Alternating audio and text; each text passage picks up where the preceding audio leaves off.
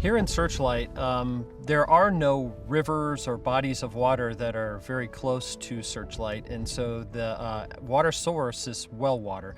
And in the desert here, one of the things that we find in different locations in different aquifers is arsenic, higher levels of arsenic. And so as a situation where we have a water-stressed area, there aren't lots of options to choose from with respect to water quality. So what we did was, and what we do at this facility is we drilled some test wells and found this particular location where we got good yield, and we put a well in place. And that well is, it does have higher than the EPA limit for arsenic in the source water here. So we pump water out of that aquifer, and we go to these two tanks that are behind me, and those are ion exchange reservoirs where we put the water in contact with ion exchange. That ion exchange binds that arsenic onto the actual material that's in the ion exchange, the media that's in there, and holds it and allows the clean water to be able to move forward.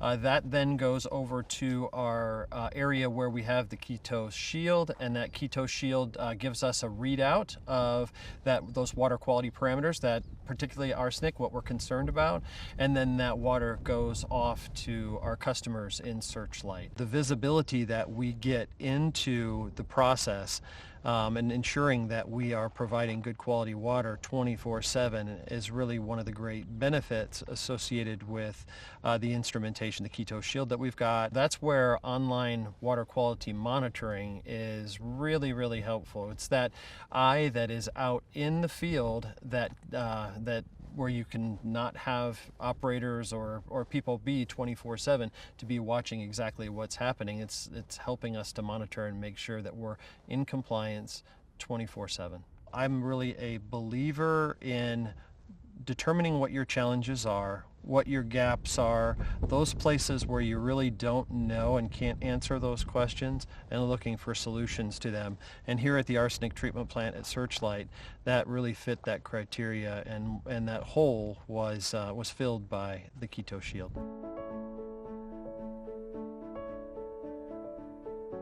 If you're an operator that's sitting in the control room and you are responsible for the operation of that facility and the water quality that comes from that facility, any more information that you can have that you can rely on is going to help you to understand the process better and be able to ensure that you're in compliance. It only takes one issue, one non-compliance situation, one situation where you cannot ensure your customers that what they received was within the Safe Drinking Water Act framework to justify the expense of the KETOS shield.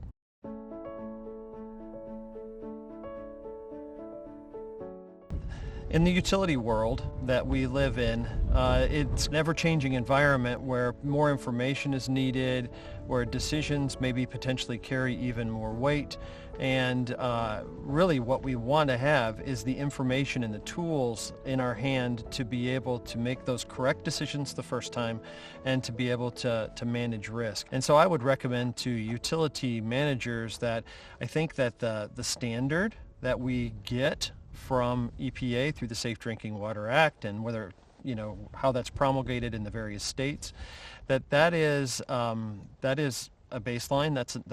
That is that standard to comply with.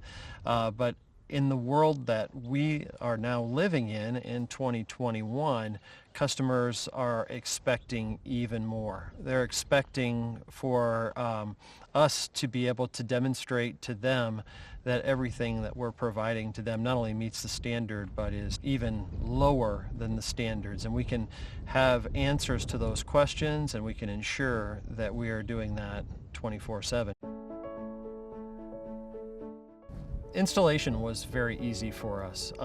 We had very little work to do to put it in the stream, the effluent stream from our treatment process, and was very simple.